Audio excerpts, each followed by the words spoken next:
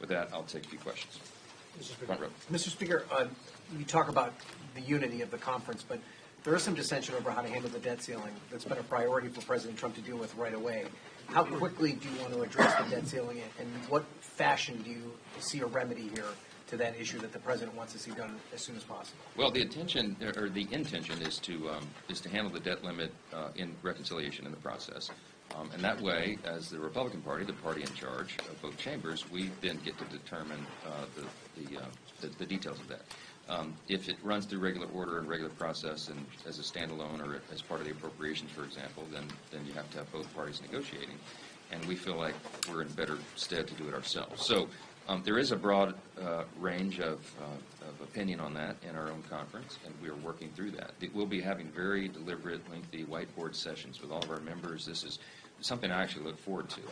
I love this process of turning it out amongst our colleagues, because people come to the table with great skill sets, life experiences, deep principled positions, and it's a really healthy thing to have that debate inside the tent and come to the solutions and the consensus together.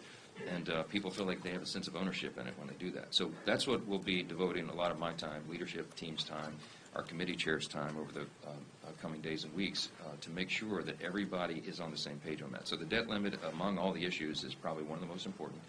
I want to emphasize this, and I'm going to say this every time the issue comes up.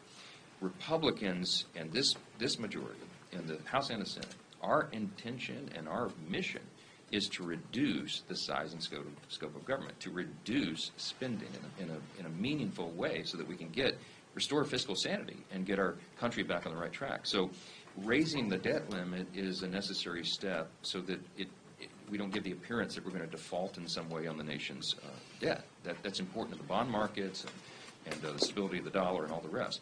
But that does not mean that we have any intention whatsoever or will tolerate spending up to the new debt limit. The idea is to do exactly the opposite. So while that is almost a pro forma sort of step that must be taken, the commitment at the same time is to reduce spending, not to spend more.